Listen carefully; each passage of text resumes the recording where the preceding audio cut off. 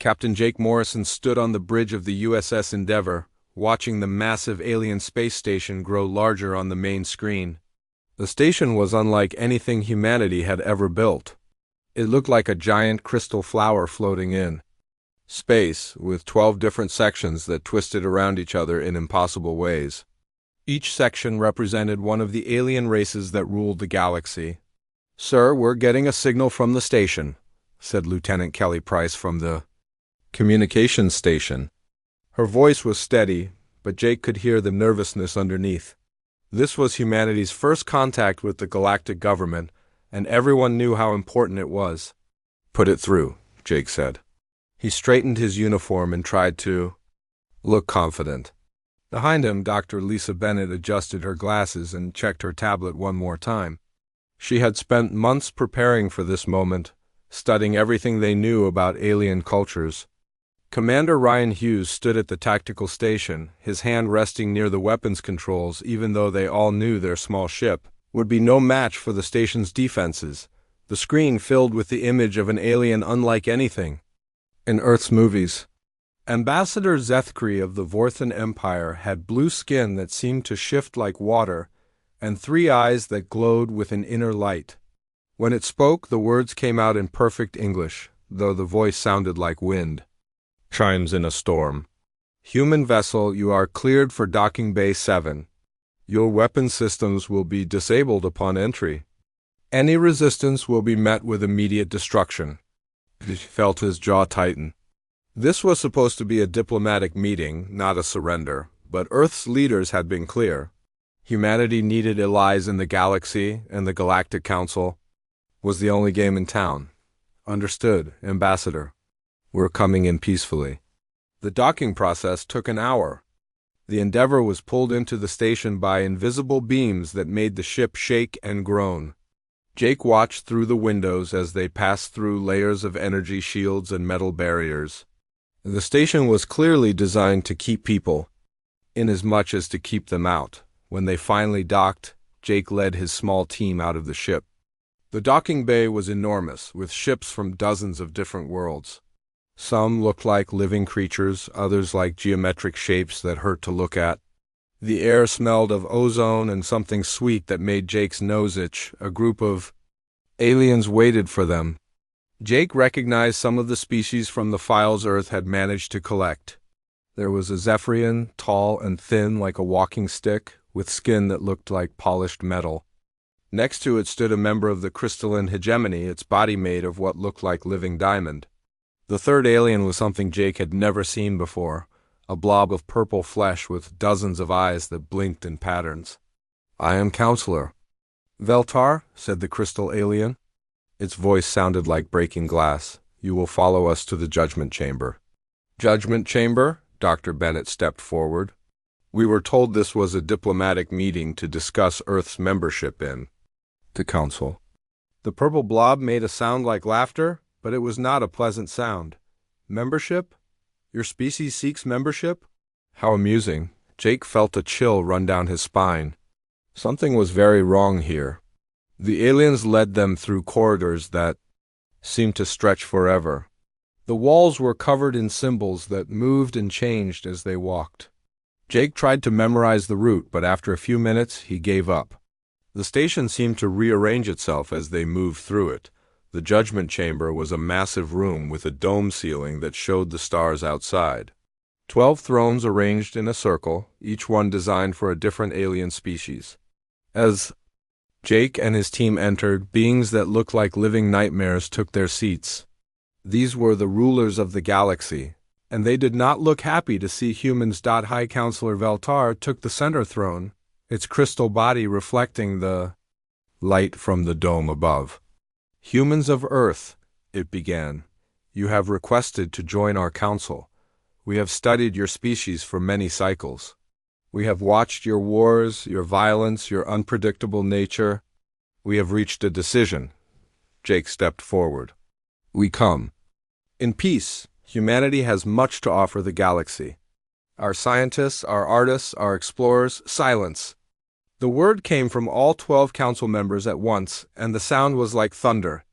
Jake felt his knees buckle, but he managed to stay standing. A new alien spoke. One that looked like a giant spider made of metal and light. Your species is dangerous. You fight constantly. You destroy your own planet. You cannot be trusted with freedom. Dr. Bennett found her voice. Every species goes through growing pains. We've learned from our mistakes. We've stopped most wars on Earth. We've begun healing our planet.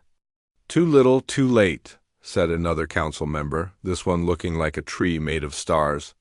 Your species shows promise as workers, however. You are strong, adaptable, and numerous. Jake felt his blood turn to ice. Workers? Councillor Veltar S. Eyes glowed brighter. The council has voted. Humanity will be classified as a containment species. You will be collected, processed, and distributed among our worlds to serve as manual labor. Your aggressive tendencies will be suppressed through neural inhibitors. You will find purpose in service to your betters. The room fell silent except for the hum of the station's systems. Jake looked at his team. Lisa's face was pale with shock. Ryan's hand was moving toward his weapon, but Jake caught his eye and shook his head. They were outnumbered and outgunned. You're talking about slavery, Jake said, his voice barely above a whisper. We prefer the term guided employment, said the spider-like alien. Your species lacks the wisdom to govern itself. We will provide structure, purpose, and peace. Through the dome above, Jake could see shapes moving in space. Hundreds of ships all heading in the same direction. All heading toward Earth. The collection fleets are already underway, Councillor Veltar announced.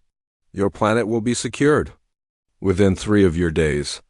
Resistance will be met with appropriate force, but we prefer to avoid unnecessary damage to our new workforce. Jake felt rage building in his chest, but he forced it down. He had to find a way out of this. But as he looked around the chamber at the alien faces, he saw no mercy, no doubt, no hesitation. In their eyes, humanity was already enslaved. You're making a mistake, Jake said finally. You don't know what you're doing. The purple blob made its horrible laughing sound again. We have ruled this galaxy for 50,000 years, human. We know exactly what we are doing.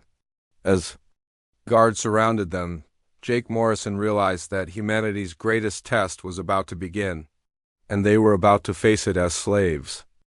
3 months had passed since the alien fleets arrived at Earth. Dr. Amy Carter stood in line with 200 other humans, waiting for her work assignment on the mining planet. Kepler 442b, the processing center, was a massive metal building that stretched as far as she could see. Alien guards with weapons that hummed with energy watched every move the humans made. Amy tried to remember what her life had been like before the invasion.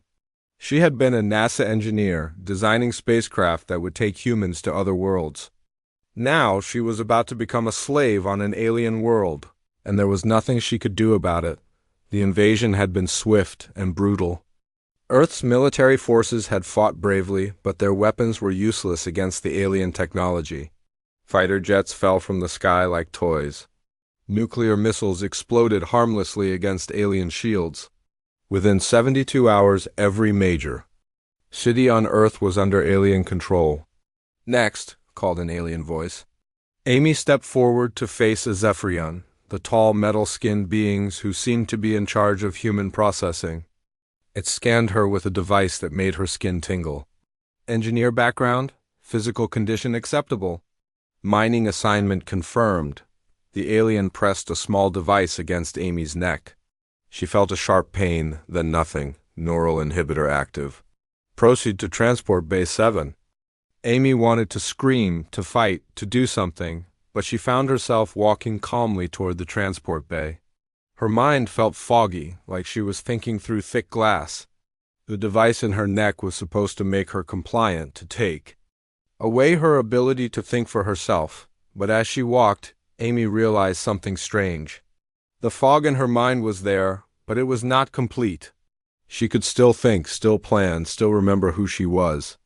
She just had to be very careful not to let it show. The transport ship was crowded with humans from all over Earth. Amy recognized some faces from news broadcasts and others from her own workplace. Dr. Paul, Kim from the Seoul Space Center sat across from her, his eyes vacant and staring. Next to him, Maria Santos from the European Space Agency looked around with the same empty expression. Amy caught Maria's eye and saw something flicker there for just a moment, a spark of recognition, of awareness. Amy gave the smallest nod and Maria's eyes widened. Slightly before returning to their blank stare, the journey to Kepler 442b took 2 weeks. During that time, Amy carefully observed the other humans. Most seemed completely controlled by the neural inhibitors, following orders without question. But a few, maybe 1 in 50, showed signs of awareness. They were careful to hide it. But Amy could see it in their eyes. The mining planet was a nightmare of red rocks and poisonous air. The humans lived in underground dormitories and worked in deep tunnels, digging for minerals that the aliens needed for their technology. The work was hard and dangerous, but the neural inhibitors made most humans accept it without complaint. Amy was assigned to Tunnel 7 with 30 other humans. Their supervisor was a spider-like alien called a Nexus drone. It communicated through clicking sounds and electric shocks that went straight to their neural inhibitors. On her 3rd day, Amy was working next to a man named Tony Baker. He had been a Marine sergeant before the invasion, and Amy could see the soldier in him even through the inhibitor's effects. As they worked, Tony began to hum a simple tune. The melody was from an old military song, but Tony changed it slightly. Other humans in the tunnel began to hum along, adding their own variations. To the alien supervisor, it probably sounded like mindless noise. But Amy realized that Tony was using the song to communicate. Different notes meant different things. A high note meant be careful.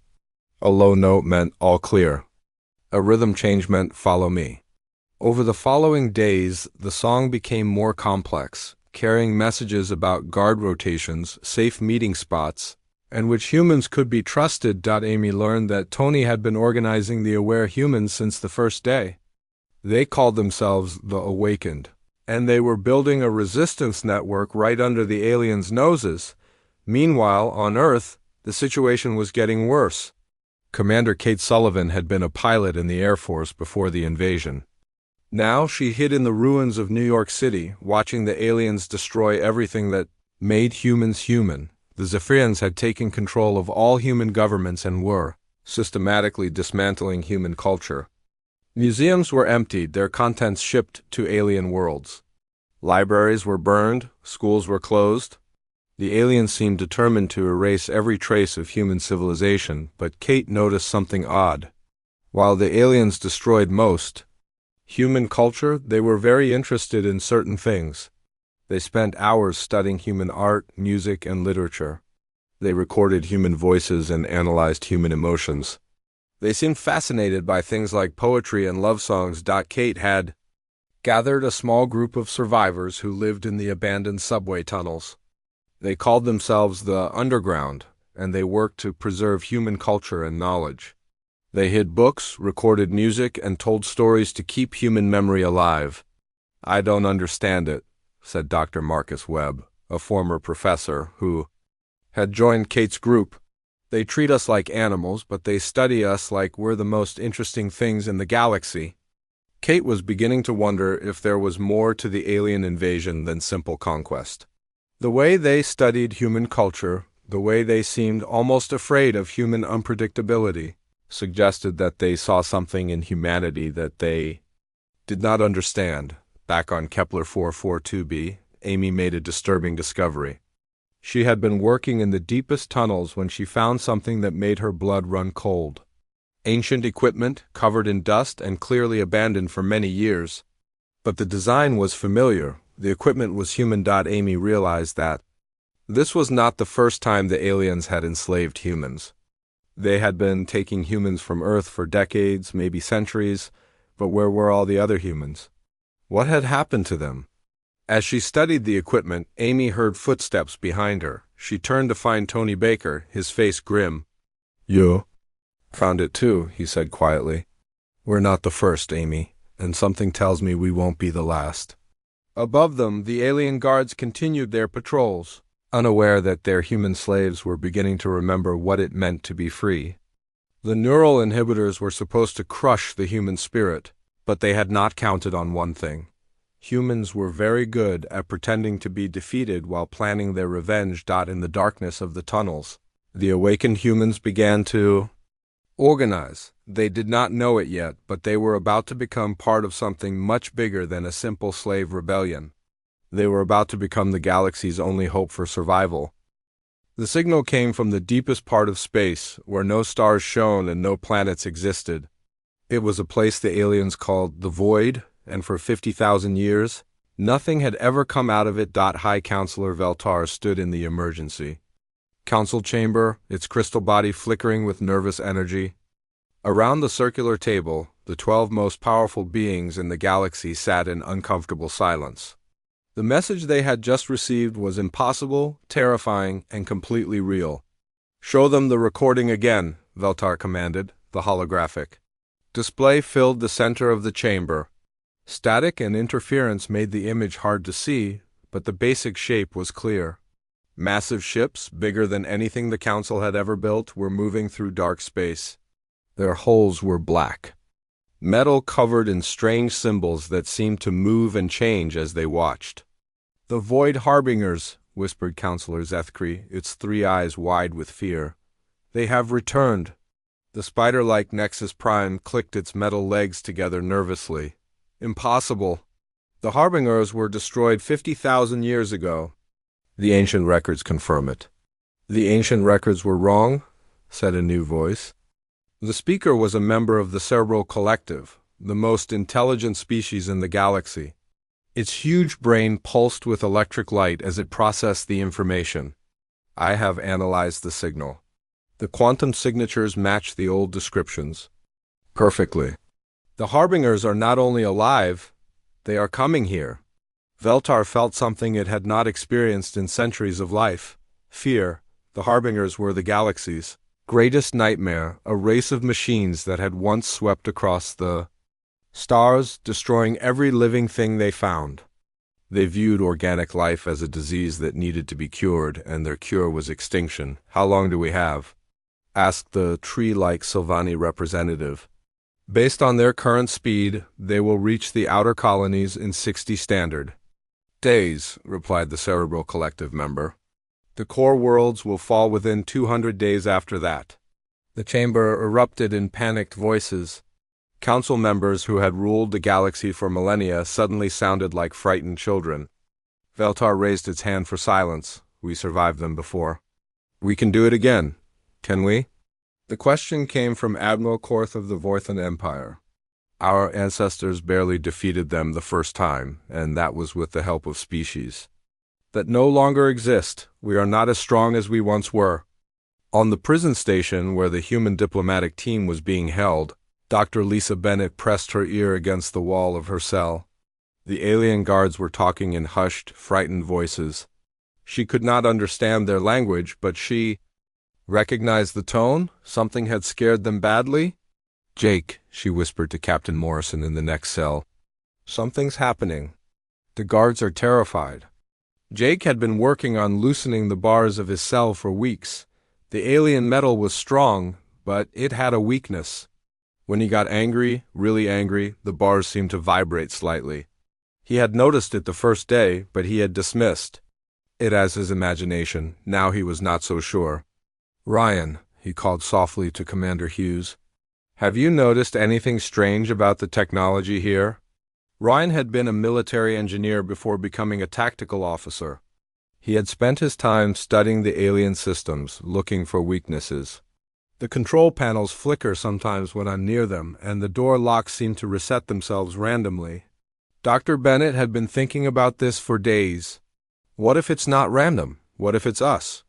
What if something about humans affects their technology? Before Jake could answer, the lights in the prison block went out. Emergency lighting kicked in, casting strange shadows on the walls. Through the walls, they could hear alarms blaring. Throughout the station, on the mining planet Kepler 442b, Amy Carter was working in Tunnel 7 when the ground began to shake. At first, she thought it was an earthquake, but the vibrations were too regular, too rhythmic. It sounded like giant footsteps. The Nexus drone supervisor began clicking rapidly, its mechanical voice full of panic. The neural inhibitors in the human workers should have kept them calm. But Amy could see confusion and fear in their eyes. Tony Baker was working next to her, and she heard him whisper, "The aliens are scared. Really scared." Above ground, the mining facility's defensive systems activated for the first time since Amy had arrived. Energy shields surrounded the complex and weapon platforms rose from hidden positions. Whatever was coming, the aliens were preparing for war. Amy and Tony exchanged glances. This was the opportunity they had been waiting for. In the confusion, they might be able to make contact with more awakened humans and expand their resistance network. But as they watched the alien guards run in panic through the tunnels, Amy realized that this was about more than just human slavery. Something was threatening the aliens themselves, something that made them more afraid than she had ever seen them on Earth. Kate Sullivan was hiding in the ruins of the Pentagon when the sky lit up with alien ships. But these were not the same ships that had conquered Earth. These were bigger, more advanced, and they were fighting each other. The Zephyrian occupation forces were scrambling to defend Earth, not from human resistance, but from something in space. Kate watched through her binoculars as alien battlecruisers engaged unknown enemies in the upper atmosphere. "What the hell is going on?" asked Dr. Marcus Webb, crouching beside her in the rubble. Kate focused her binoculars on the battle. Above, the unknown ships were unlike anything she had ever seen. They moved with perfect coordination, their black hulls seeming to absorb light rather than reflect it. When they fired their weapons, entire sections of the alien fleet simply vanished. "I don't know," Kate said, "but whatever it is, it's got the aliens running scared." Back in the council chamber, Veltar received the first reports from the outer colonies. The news was worse than they had feared. The Harbingers were not just attacking military targets. They were sterilizing entire worlds, stripping them of all organic life. "They're not trying to conquer us," Veltar realized with growing horror. "They're trying to clean us. To them, we're an infection that needs to be removed." The Cerebral Collective member's brain pulsed faster. "I have analyzed their attack patterns. They are not using the same tactics as 50,000 years ago. They have evolved, learned, adapted. Our old defenses will be useless." "Then what do?" "We do?" asked Admiral Korth. The chamber fell silent. For the first time in 50,000 years, the Galactic Council had no answer. They had spent millennia believing they were the masters of the galaxy, but now they faced an enemy that made them feel like children. In the depths of space, the Harbinger fleets continued their advance. Ancient machines that had waited 50,000 years for this moment were finally coming home. And they were bringing extinction with them. The galaxy's greatest test was about to begin, and the beings who had ruled it for so long were about to discover that they were not as powerful as they had believed. In the darkness between stars, something stirred that would change everything. The Harbingers were coming, and they remembered exactly why they had left. Amy Carter watched the mining facility's alarm lights flash red and yellow as alien guards ran through the tunnels in panic. The Nexus drone supervisor had abandoned its post, leaving the human workers confused and frightened. But Amy noticed something strange happening. The neural inhibitors that controlled the human workers were starting to malfunction. She could see it in their eyes. The blank stare was fading, replaced by confusion and then awareness. People were starting to remember who they were. "Tony," she whispered to the former Marine sergeant working beside her. "Look around, the inhibitors are failing." Tony Baker had been pretending to be controlled for months, but now he did not need to pretend anymore. He could see humans throughout the tunnel looking around with clear eyes for the first time since their capture. "It's not just failing," Tony said quietly. "It's like something is interfering with the alien technology." Amy had been thinking about this for days. Every time the humans gathered in groups, strange things happened. Control panels would flicker. Door locks would open by themselves. The aliens' perfect technology would act unpredictably. "What if it's us?" she asked. "What if human minds somehow interfere with their systems?" Before Tony could answer, a group of awakened humans gathered around them. There was Dr. Paul Kim, the space engineer from Seoul, Maria Santos from the European Space Agency, a dozen others who had been hiding their awareness for months. "We need to test this," said Dr. Kim. "If we can disrupt their technology, we might be able to fight back." The group moved carefully through the tunnels, staying away from the few remaining alien guards. They found an abandoned control room where the aliens monitored the mining operations. The equipment was still running, but the screens showed chaos throughout the facility. Amy approached the main control panel. As she got closer, the display began to flicker. When she touched the surface, the entire system went crazy. Numbers changed randomly. Warning lights flashed. The computer began speaking in different alien languages at once. "How are you doing that?" asked Maria. "I don't know," Amy said, stepping back. The display immediately returned to normal. Tony had an idea. "What if we all try it together?" The 12 humans formed a circle around the control panel. Amy placed her hand on the surface again, and this time the others joined her. The effect was incredible. The entire room lit up with electrical sparks. The control panel exploded in a shower of sparks and smoke. "We did that," whispered Dr. Kim. "We actually destroyed their technology just by touching it." On the prison station, Dr. Lisa Bennett had been listening to the alien guards for hours. She was starting to understand some of their language, and what she heard made her blood run cold. The guards were talking about the Harbingers, ancient machines that had returned to destroy all organic life. The aliens were terrified, and their fear was making their technology unstable.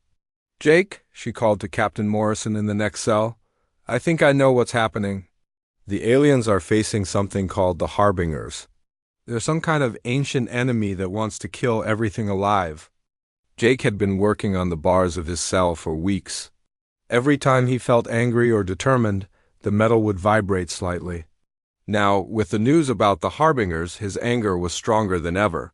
"If these Harbingers want to kill everything alive, that includes us," he said. "We need to get out of here." Jake gripped the bars and focused all his anger and determination on escaping. The metal began to vibrate, then to bend. With a sound like breaking glass, the bars snapped apart. "How did you do that?" asked Ryan Hughes from the next cell. "I don't know," Jake said, moving to free his crew. "But I think it has something to do with being human." Meanwhile, on Earth, Kate Sullivan was watching the battle in the sky with growing amazement. The alien ships that had conquered Earth were being destroyed by the mysterious black vessels, but something else was happening too. The alien control systems on Earth were failing. Communication towers went dark, transport ships crashed. The neural inhibitors that controlled the human workforce stopped working completely. "The aliens are losing," said Dr. Marcus Webb. "Whatever those things are, they're winning." Tate had been thinking about the patterns she was seeing. It's not just that they're losing. Their technology is failing in ways that don't make sense. It's like something is interfering with their systems. As if to prove her point, a crashed alien transport ship near their hideout suddenly powered up and began broadcasting human music. The song was Amazing Grace, and it was playing on every alien frequency at once. Back in the council chamber, High Counselor Veltar was receiving reports that made no sense. Harbinger ships were attacking the outer colonies, but that was not the worst news. The worst news was that Council technology was failing throughout the galaxy. "The neural inhibitors are offline on every world," reported Admiral Korth. "The humans are waking up." "That is the least of our problems," said the Cerebral Collective member. Its massive brain was pulsing with electric light as it processed information. "I have been analyzing the quantum signatures from the affected systems. There is a pattern." "What kind of pattern?" asked Veltar.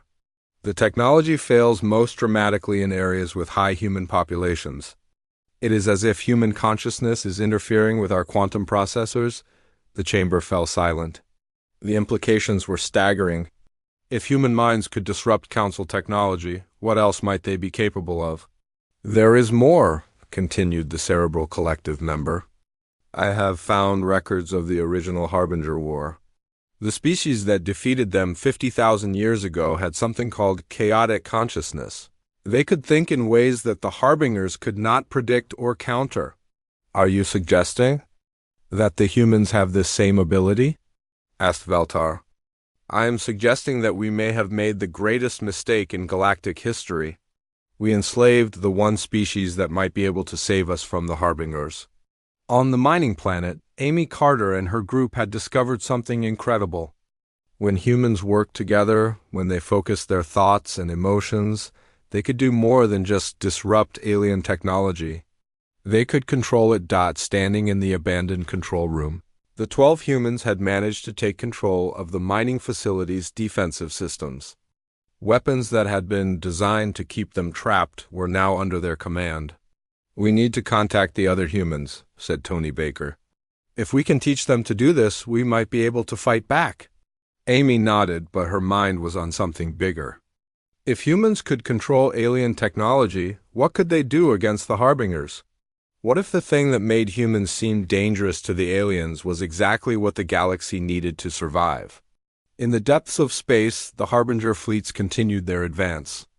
Their logical minds processed the battle data from their attacks on the outer colonies.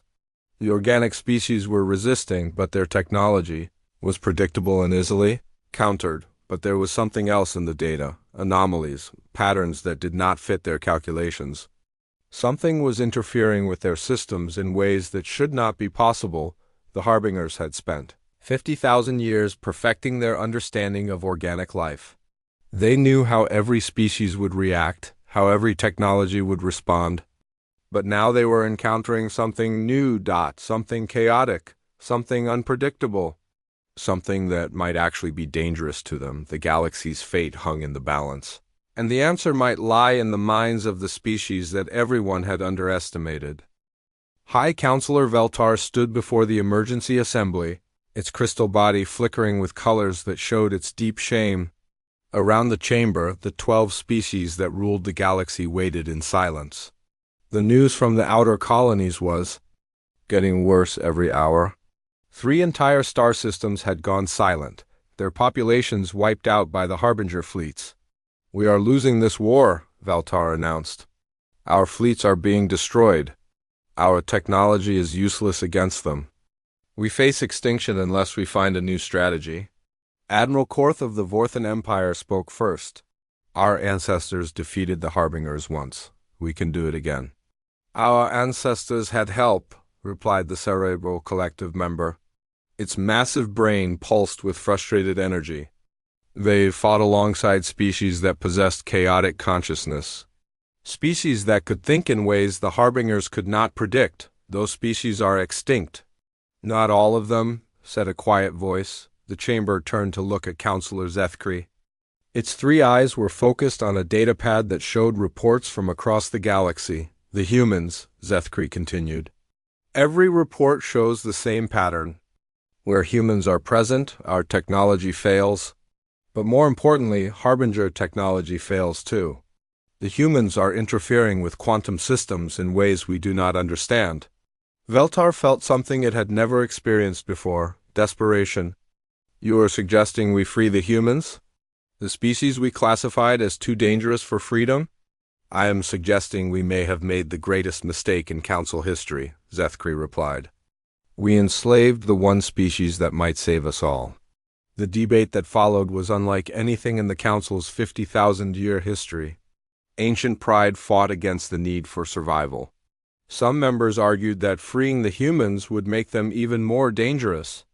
Others pointed out that they would all be dead if the Harbingers won anyway. Finally, Veltar made the decision that would change the galaxy forever. Bring me the human captain. If we are to ask for their help, we will do it properly. Captain. Jake Morrison was brought to the council chamber in chains, but Veltar ordered them removed immediately. Jake stood before the 12 most powerful beings in the galaxy, his uniform torn but his dignity intact. Captain Morrison, Veltar began, we have a proposal for you. Jake looked around the chamber at the alien faces that had condemned his. Species to slavery, I'm listening. We offer immediate freedom for all humans in exchange for your cooperation against the Harbingers. Full independence for Earth and all human colonies. Recognition as an equal member of the galactic community. Jake was quiet for a long moment. 3 months ago, you called us too dangerous for freedom. Now you want our help. What changed? The Cerebral Collective member answered. We discovered that your species possesses abilities we did not understand. Your chaotic consciousness can disrupt technology in ways that may be effective against the Harbingers. You mean the same unpredictability you wanted to suppress is now useful to you? Yes, Veltar said simply. There was no point in denying it. Jake thought about Amy Carter in the mining colonies, about Kate Sullivan hiding in Earth's ruins, about all the humans who had suffered under alien rule. He thought about the choice he was about to make. I'll need to speak with my people first, Jake said. But if we do this, it's as equals, no more slavery. No more neural inhibitors, complete freedom. Agreed, Veltar said immediately. Within hours, the neural inhibitors were being removed from humans. Across the galaxy, Amy Carter felt the fog lift from her mind as the device in her neck was deactivated by nervous alien technicians. Around her, thousands of humans were experiencing true consciousness for the first time in months. We're free, whispered Dr. Paul. Kim, tears streaming down his face, but Amy was already thinking beyond freedom. She had seen what humans could do to alien technology. Now she needed to understand how they could use that ability against the Harbingers. Tony Baker was promoted from slave to tactical advisor in less than an hour. He found himself sitting across from Admiral Korth, planning defensive strategies that combined human unpredictability with alien firepower.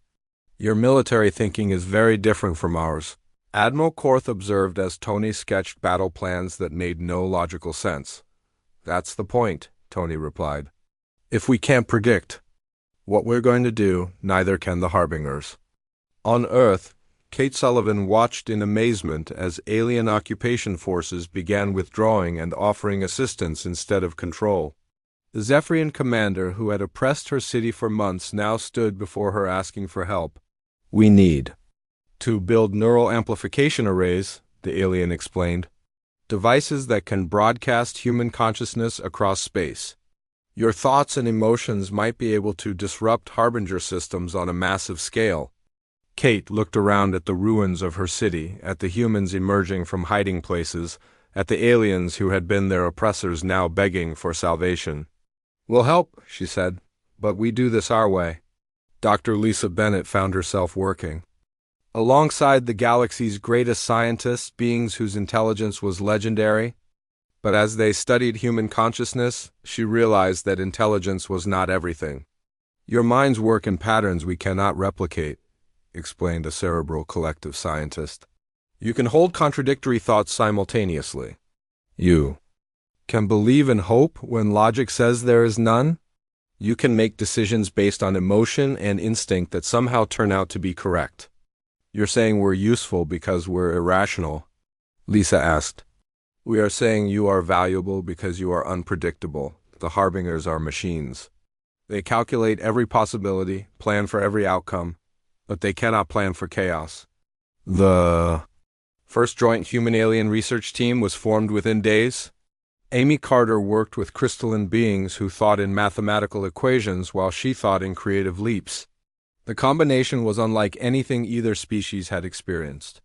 We need to understand how human consciousness affects quantum fields, Amy explained to her alien colleagues. If we can amplify that effect, we might be able to create a disruption field that covers entire star systems. The theory was tested at the Rigel colony, where a small human population had been working in the agricultural centers. When the humans focused their thoughts together, concentrating on chaos and unpredictability, the effect was immediate. Harbinger scout ships entering the system began behaving erratically. Their perfect formations broke apart. Their targeting systems failed, but the test came at a cost. The humans who participated in the consciousness broadcast suffered severe mental strain. Some collapsed from exhaustion. Others reported strange visions and nightmares. It's dangerous, Dr. Bennett reported to the Joint Command. The human mind wasn't designed to operate at these frequencies. We're risking permanent damage. Captain Morrison looked at the data, at the reports of Harbinger fleets advancing toward the core worlds at the dwindling time they had left. How many humans would it take to create a galaxy-wide disruption field? He asked. Amy Carter had run the calculations.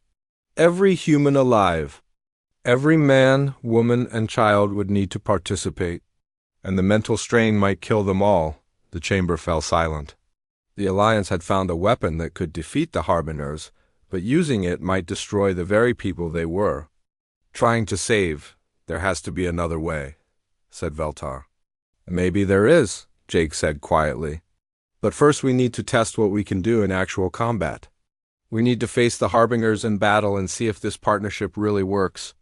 The decision was made. A joint human-alien fleet would engage the Harbinger Advance Force at the Centauri system. It would be the first real test of whether two completely different forms of consciousness could work together to save the galaxy.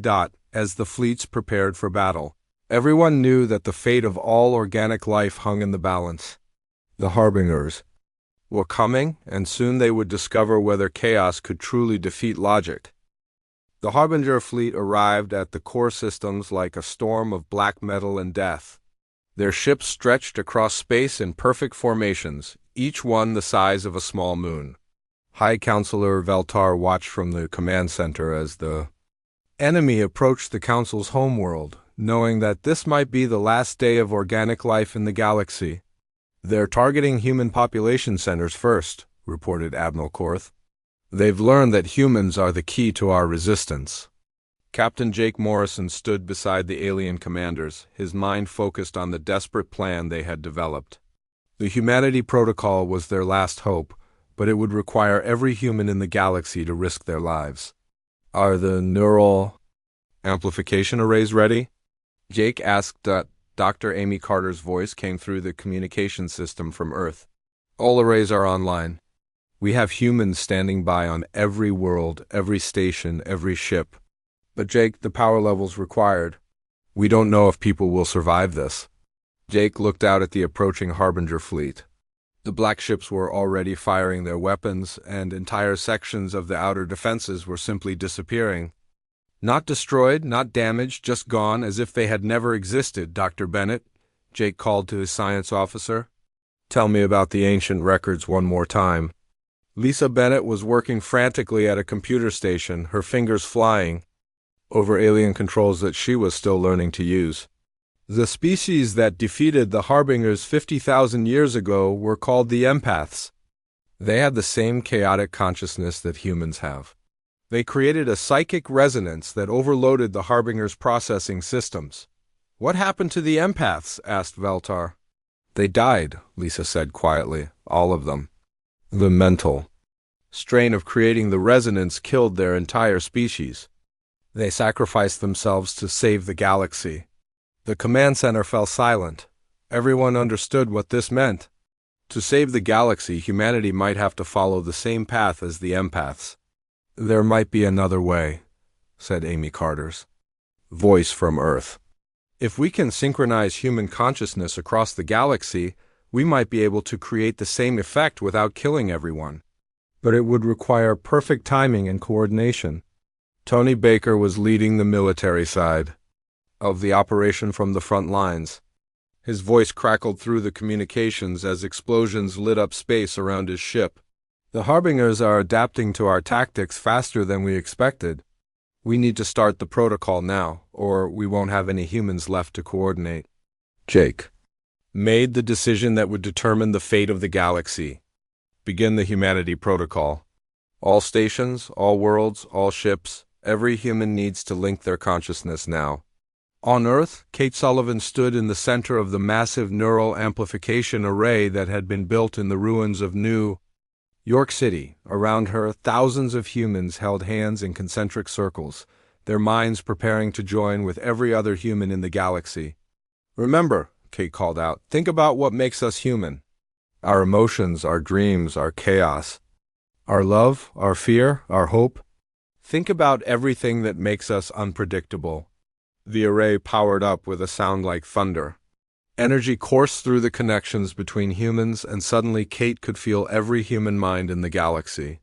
She could feel Amy Carter in the mining colonies, Tony Baker on his warship, Jake Morrison on the command station, and millions of others. On the mining planet Kepler 442b, Amy Carter felt the connection form like lightning in her mind. Around her, every human worker was linked in a web of consciousness that stretched across the stars. She could feel their thoughts, their memories, their personalities blending together while still remaining individual. "Focus on chaos," Amy broadcast to every human mind. "Remember every random thought, every impossible dream, every moment of pure human madness." The effect was immediate. Throughout the galaxy, Harbinger ships began to malfunction. They're perfect. Formations broke apart as their navigation systems received conflicting signals. Their weapons fired randomly, sometimes hitting their own ships. Their logical minds, designed to process and predict everything, were overwhelmed by the sheer chaos of human thought, but the strain on the humans was enormous. Kate Sullivan felt blood running from her nose as the mental pressure built. Around her, people were collapsing, their minds pushed beyond their limits. On other worlds, humans were screaming as their consciousness was stretched across impossible distances. "It's working," Tony Baker reported from his ship, even as his voice showed the pain he was experiencing. "The Harbingers are losing control." "But Jake, we can't keep this up much longer." Jake Morrison felt the weight of every human mind pressing against his own. He could sense their pain, their fear, their determination to save not just themselves, but every living thing in the galaxy. Through the connection, he felt something else too: love, hope, the belief that tomorrow could be better than today. "Hold on," Jake broadcast to every human consciousness. "Just a little longer." The Harbinger command ship, a massive construct, at the center of their fleet, began to pulse with uncontrolled energy. Its logical systems were overloading as they tried to process the impossible patterns of human thought. How could a species believe in hope when facing certain death? How could they feel love for beings they had never met? How could they make decisions based on emotion and somehow be right? Dr. Lisa Bennett, her mind linked with the others, suddenly understood something that the Harbingers could not. "They're not just machines," she broadcast to the collective consciousness. "They're logical minds that can't understand illogical choices. Push harder. Show them everything that makes us human," the humans responded. Every person in the galaxy focused their thoughts on the most chaotic, emotional, irrational aspects of human nature. They thought about art that made no sense but somehow moved the soul. They thought about love that defied logic. They thought about hope in hopeless situations. They thought about the courage to fight impossible odds just because it was the right thing to do. The Harbinger fleet began to tear itself apart. Ships that had operated in perfect harmony for 50,000 years suddenly turned on each other. The command ship's hull cracked and split as its core processing unit overloaded completely, and then, as suddenly as it had begun, it was over. The Harbinger ships went dark and began drifting in space, their systems completely shut down. The galaxy-wide threat that had terrified entire civilizations was defeated by the one thing they could never understand: the beautiful chaos of human consciousness, but the victory came at a price. Across the galaxy, humans collapsed from mental exhaustion. Many would never fully recover from the strain of linking their minds across such vast distances. Yet they had saved not just themselves, but every living thing in the galaxy. 6 months later, Captain Jake Morrison stood in the rebuilt council chamber, but now it was different. The chamber had been expanded to include a 13th throne, designed for humanity. Around him sat the leaders of the galaxy's species, but they no longer ruled over others. They governed together as equals. Amy Carter had become the director of the new Institute for Consciousness Studies, where humans and aliens worked together to understand the quantum nature of thought and emotion. The galaxy had learned that logic and chaos were both necessary for survival, Tony Baker commanded. The Joint Defense Forces teaching alien strategists that sometimes the best plan was to have no plan at all. His unconventional tactics had become the new standard for galactic defense, Kate Sullivan had returned to Earth, which was now the galaxy's cultural center. Humans and aliens shared their art, their music, their stories, creating new forms of beauty that neither species could have imagined alone. Dr. Lisa Bennett worked with the Cerebral Collective, proving that intelligence and emotion were not opposites but partners in the quest for understanding. The Harbingers still drifted in space, their ships dark and silent. Some scientists believed they might wake up again someday. But if they did, they would find a galaxy that had learned to value both logic and chaos, order and creativity, prediction and surprise. Jake Morrison looked out at the stars through the council chamber's great window. Somewhere out there, human children were playing with alien younglings, learning from each other, growing up in a galaxy where difference was celebrated rather than feared. The galaxy had learned that sometimes salvation comes not from strength or intelligence, but from the courage to be different. And humanity, with all their beautiful, chaotic, unpredictable humanity, had shown the way to a future that none of them could have built alone. The age of human enslavement was over. The age of galactic partnership had begun. And in the end, the species that everyone had underestimated had become the guardians of all life in the galaxy.